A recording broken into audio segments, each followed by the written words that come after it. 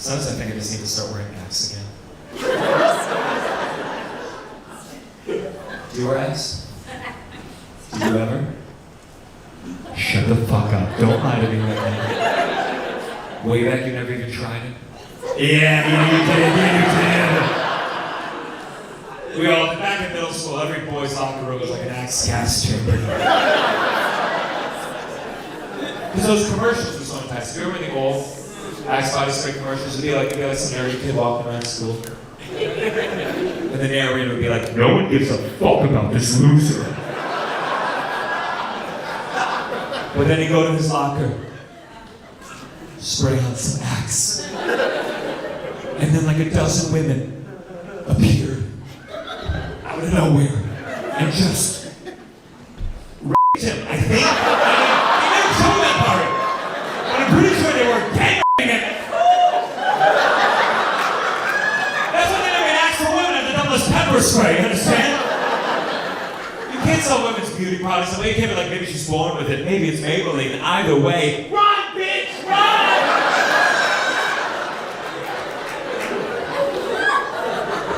Because the roles are very different with men's beauty commercials and women's beauty. With men's beauty commercials, it's like, how do we get women to want to you? Women already know they want to so it's like, how do we get you to want to yourself? That's why you guys have those old Herbal Essence commercials. You remember those? She puts on the shampoo, has the fastest orgasm in the history of women, in my experience.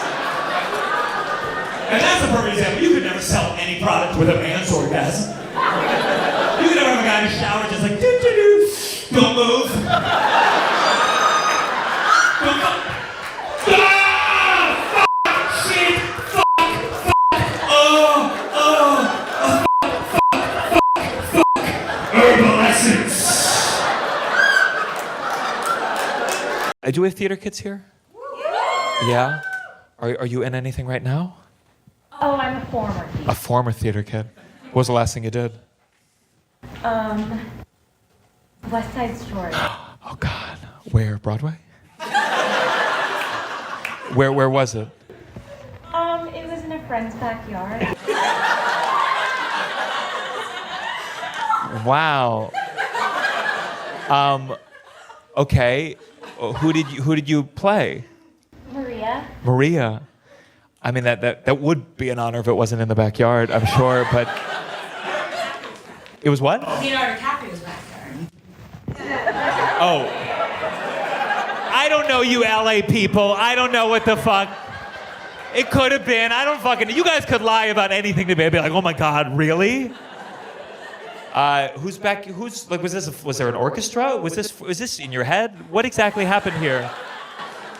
No, it was like a group of friends who we all went to school together. Uh-huh. And we all got together, like our former like class that had all graduated, like went to conservatory. Sure. Together and just kind of, you know, put it on just for fun. It was kind of like an improv situation of West Side Story. Not familiar with that version of... I believe it was Stephen Sondheim who said, the words don't really matter, just do what you feel in the moment. I'm sure Leonard Bernstein would have loved your improvisations on his orchestral works. What do you like? How did you change the story? What did you improvise? Well, just where we all knew the story because of studying it in college and throughout. Studying it, was that a whole course? It was like, oh, tough year. We're studying West Side Story. So we kind of like we wung it. We're like we all know how it goes, and we're just gonna do it. We all know the songs. Uh-huh. Yeah. Sure. Was anyone watching it? Was it like... We had like significant other friends. Those poor significant others. Oh my God. Oh, baby, you're in a show. That's so good to hear. I know you've been fighting real hard out there. Oh, it's in the backyard. How many performances did you do? One night only. One night only. That's. Do you remember anything special about it? Did it end sad too, or did you go? You know what? What if it's We ended up doing Jets and Sharks, kind of turned. I'm familiar. I studied it at college. Kind of like the battle scenes. We kind of turned more into like twerk offs.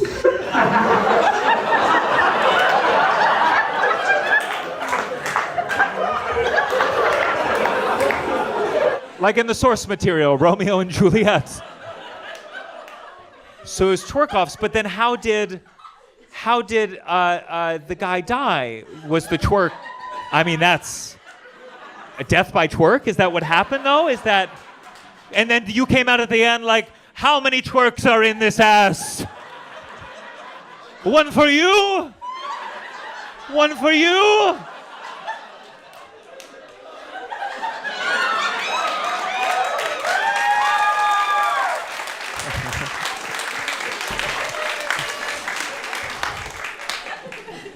You would have laughed harder if you had studied it like the two of us did. I'm Jewish and Italian, which means I'm part of a group that secretly runs the world's plumbing. Are you Jewish and Italian? No, I'm just Italian. Oh, just Italian. Okay, so you finally got a little shout out. I shit on Italians in the first part. You were like, okay, I hope it comes back to. Are you from Italy? I'm actually from Where? Tuscany. Tuscany. And what are you doing here? Do you hear, they just went like this. You just said where you're from. And was it you? They went, Tuscany. Oh, say it again. Tuscany. That's why they go, Italians are romantic. I'm like, bullshit. They just talk weird. Where are you from again? You're welcome. Tuscany. And are you on vacation or did you move here? No, I'm You moved here. What made you come here? a researcher. You're a what? I'm a researcher. A researcher. What are you researching? Neuroscience. Neuroscience. Okay. And I guess in Italy there's not enough brains?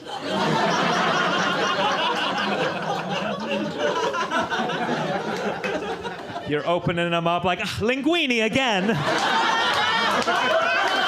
My dream when I was younger, I thought I was going to be a movie star. And then I realized, a lot of actors have to realize this, and I think I did.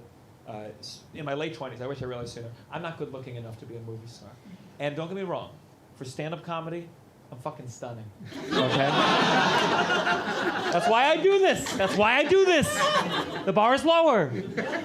It's like doing neuroscience in Italy. The bar is lower.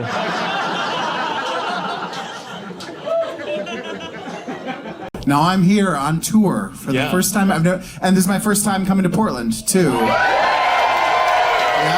Yeah. So I looked up some things for us to do. I like to do some kind of activity, something we can complain about on stage. And there was like an insect museum. There was like you could rent a boat that had a jacuzzi on it. There was indoor skydiving. I was looking into that. And Russell, you didn't like any of those ideas? No. No. Usually Gianmarco tries to take us to a museum. And it's usually rushed and horrible. And like where was it? Toronto? We went to a shoe museum. We went to a shoe museum? 4 floors of shoes. And we went through it in 20 minutes. We got no material out of it for the live show. Not one thing. So I was like, let's do something a little bit different from the like museum or like the kind of traps. You said let's do something that you're into. No. So we went to a vegan strip club today. Well, I've heard Portland is known for strip clubs, right? Right? That's what the strippers told us there. Yeah, I believe of course them. they're going to say that. I believed them. Is that true? Most per capita? Highest per capita. Why do you think that is? Yeah. Say again? Because that's what I was saying, is that strip clubs in every state, sometimes it's just waist up. Yes. And this was not. This was everything. And we didn't. What was that? What did you say? Oh, it rains. So I guess rain means get that out. Wet. Get it out. Get it out. But let me just say, I've only been to a couple strip clubs. You're more like an aficionado. No, I'm not. No, This was the first vegan one that you've ever. Yeah. Maybe I have more friends, so I go to different. We went with my producer. Yes. And producer Paige went with us, and her boyfriend. So it was 4 of us. I read through the Lizzo lawsuit on the way over to make sure I wasn't crossing any ethical boundaries. Yeah. At some point they offered us a banana. I said, no, you don't have to do that. That's up to you. It was a lot. It was a lot. I remember once for a podcast episode, we thought it'd be funny to watch Mr. Hands on the TV screen. No, we didn't think it would be funny. I thought it'd be funny to watch Mr. Hands. You thought it'd be funny. I left the room. About like 5 seconds into it, I was like, oh no, this is a crime. It's a crime. Yeah. So we came to Portland where it's not a crime, essentially. And who was your favorite stripper? I liked all of them pretty much the same. Really? Who could pick? Well, listen, they all had different talents. Yes. Well, we went at 2:30. We should add that as well. Yeah. Because we had to go before the show. We went at opening. Yeah. They weren't not even all the food. They didn't even have the hummus. Yeah, sure. Yeah. It was it was a lot more conversational because we were the only ones there. So it was a lot of like conversations with the strippers. It was like paying someone $2 to talk to you for 4 minutes, and then if they said something interesting, you give them more money. That's good, yeah. And I think I had that thing in my head where I was like, when you talk to someone and you might see things that are attractive, you should make eye contact. Yeah. So like I just like in my mind, I wasn't in strip mode. I was in like be respectful mode. But then they were going like this. But I'm like, no, I'm just looking at your eye, and but also I'm a gentleman. Also, they're there to do that. So, is it disrespectful to not look? You know, you're don't like, worry, Russell made up for me not looking.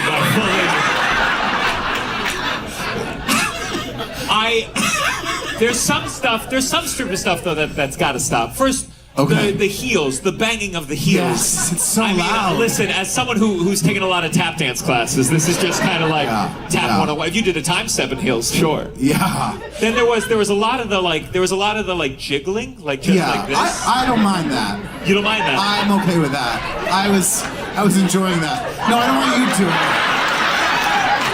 Yeah, no, actually, oh fuck, yeah, wow, yeah, holy shit. I don't mind this like thing. Yeah, you like that, yeah. Yeah. I don't like the slam. You don't like the slam. You're worried about the puss. I'm worried about it. Yeah. Here's how. Also, the floor, like it's dirty. Like to slam puss to floor. It just makes me like. Yeah, but it's dirty from pussy, so it's like it's fine. Okay, yeah, you're right. What was that? It's a shared bio. Yeah, that's. So was COVID.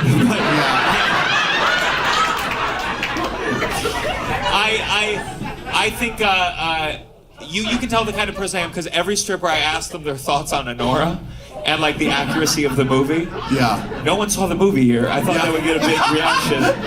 Like 8 people saw the fun. Yeah. Movies are dead. But here's the thing: is that I had the money. Russell had no cash. No. So like every time you put money down, he'd he'd say, "Could I have some more money, please?" Well, it was your event that you planned, and I have the text. You sending it to me. Vegan strip club #1. I bet you it was cheaper than fake air diving. Yeah. Skydiving. I think it would have been fun. Air diving, skydiving. I feel like there must be a strip club one. Yeah. Wouldn't that be fun? A fake skydiving and they go in, and then the air goes up and it comes out their mouth. I don't know how the body's constructed. I imagine it's just one tube and get in the tub. Honestly, it was one of the most. So here's the thing: they would do. They touched. They touched. And here's the thing. They asked before they touched. But here's my thing. Okay, if you say, "Can I touch?" That's level 1, right? I don't think that includes, "Can I put my pussy on your chin?" Yeah. Like, I feel like, you know what I mean? When my yoga teacher says, raise your hand if you don't want any adjustments. Yeah. And I don't raise my hand, but I assume the pussy would be a new question. Yeah. They wouldn't be like, oh, your form's not quite right. Let me just. Yeah. So. And I was like, I'll have what he's having. And she didn't get that. Didn't get that. So our producer again, who I wasn't even making eye contact with this entire time. No. But at some point she said, can I touch? And then she proceeded to go over the bar and knocked over her drink. And then was like, that was the whole act. Yeah. And then to me, she said, can I? There was one point she did a headstand, I think, Yes. between the two of us. Yep. And our legs were touching. Yeah. At least I think that was your leg. Yes. I think it felt like the closest we'll ever get to. Maybe. I don't know. Let's see how the show If your goes wife tonight. stays with you Jesus after hearing Christ. this story. Yeah.